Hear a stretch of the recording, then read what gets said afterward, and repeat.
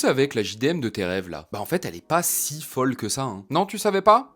Vas-y, bouge pas, je t'explique. Avant de commencer, parce que je suis en train de te voir ouvrir la section commentaires juste là pour venir m'insulter, hein. Attends un petit peu, je vais t'expliquer, en réalité c'est bien plus nuancé que ça. Les années 90 et 2000 ont vu apparaître en Occident, dans les magazines et les émissions de tuning, une vague de voitures en provenance du Japon. La Silvia, la Skyline GTR, les Supra, les RX-7, pour ne citer qu'elles. Moins chères que les concurrentes européennes et américaines, fiables et avec un potentiel de tuning qui était illimité. En fait, il a pas fallu très longtemps pour que tout le monde mette ses mains dessus et que les enfants commencent à rêver d'en avoir une un jour. Le problème, c'est qu'en fait, il y a 20 ans qui se sont écoulés depuis, et que énormément de ces voitures ont fini dans une compacteuse, soit à cause d'accidents, soit parce que la rouille a fini par avoir raison du châssis. Mais les enfants qui rêvaient de ces caisses, ils sont toujours là, ils sont devenus adultes, ils ont du pouvoir d'achat, et ils veulent la JDM de leurs rêves.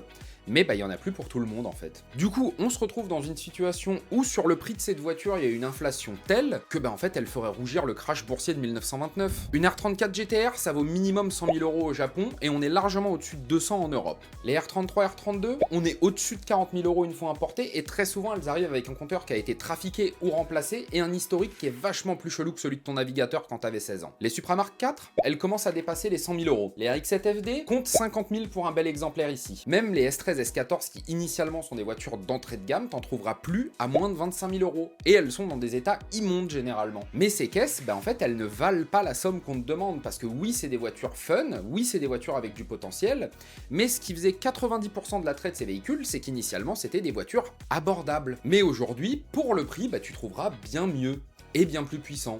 Et tout aussi fun. Et avec autant de potentiel, pour le prix d'une R34 de 99, tu peux choper une GTR R35 de 550 chevaux et dépenser ce qui restait pour l'ancienne en prépa et sortir plus de 1000 chevaux. Et tu vas pas me dire que ça n'a pas autant d'âme que les vieilles Skyline, parce que les GTR, le moteur est assemblé à la main par un mec qui a dédié sa vie.